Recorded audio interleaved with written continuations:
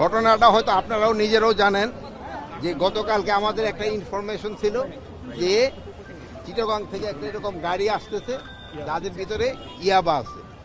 তো এটা আমাদের ডিবির সাথে ইন্টারসেপ্ট হয়েছে সে ফকিরাপুলের মোড়ে। ফকিরাপুলের মোড় ইন্টারসেপ্ট হওয়ার পরে আমরা এখানে ধাওয়া করি প্রায় 500-600 গজ পর্যন্ত ধাওয়া করা হয়। ধাওয়া করার পরে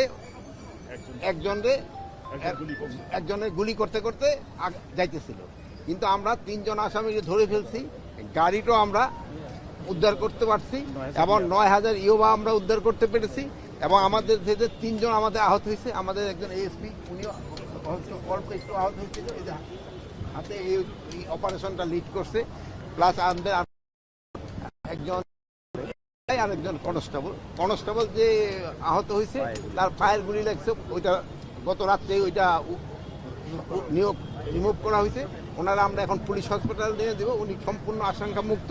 এবং আরেকজন এএসআই যে হয়েছে তারটা হয়েছে হলো অ্যাবডোমিনাল এখানে, বাট এটা আল্লাহর রহমত, যেটা অর্গানিক কোনো ইসে লাগে নেই। এই জন্য হয়তো ওনারা হয়তো 24-48 ঘন্টা পরে অপারেশন করে এটা বের করে দিলে আমরা ওনারও পুলিশ হতো না। ওনারা সবাই খুব ভালো অবস্থায় আছে আল্লাহ দিলে, কারো কোনো রকমের আর বাকি আসামি যে আছে এইগুলির আমরা ধরার চেষ্টা করছি। এরা এই হসপিটালে যে 2 জন আছে সবাই আশঙ্কা মুক্ত। সুনির্দিষ্ট আপনাদের কাছে কি তথ্য ছিল যার জন্য ওখানে চেকপোস্টটা বসালেন? এবং সুনির্দিষ্ট তথ্য দিল যে তারা ইয়াবা নিয়ে আসতেছে এবং ভয় ছিল যে এটা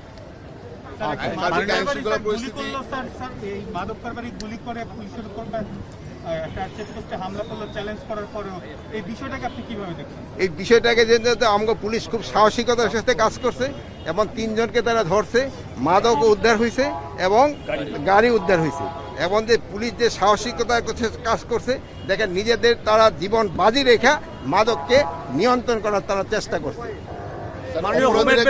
এই অবস্থায় পুলিশের প্রতি নির্দেশনা, পুলিশের যে রাইফেল ইউজ করবে, অথচ সন্ত্রাসী যারা তারা যে ভারী অস্ত্র ইউজ করতেছে, এতে করে কি মনে হচ্ছে?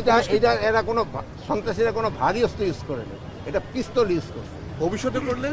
ভবিষ্যতে করলে সেই সময় আমরা আবার ভবিষ্যতের উপরে ভবিষ্যৎ করব। আপনার যে ছেলে আসবো সেই সময় দেখবেন অন্যরকম। আগে কি আপনি ড্রোন দেখছেন?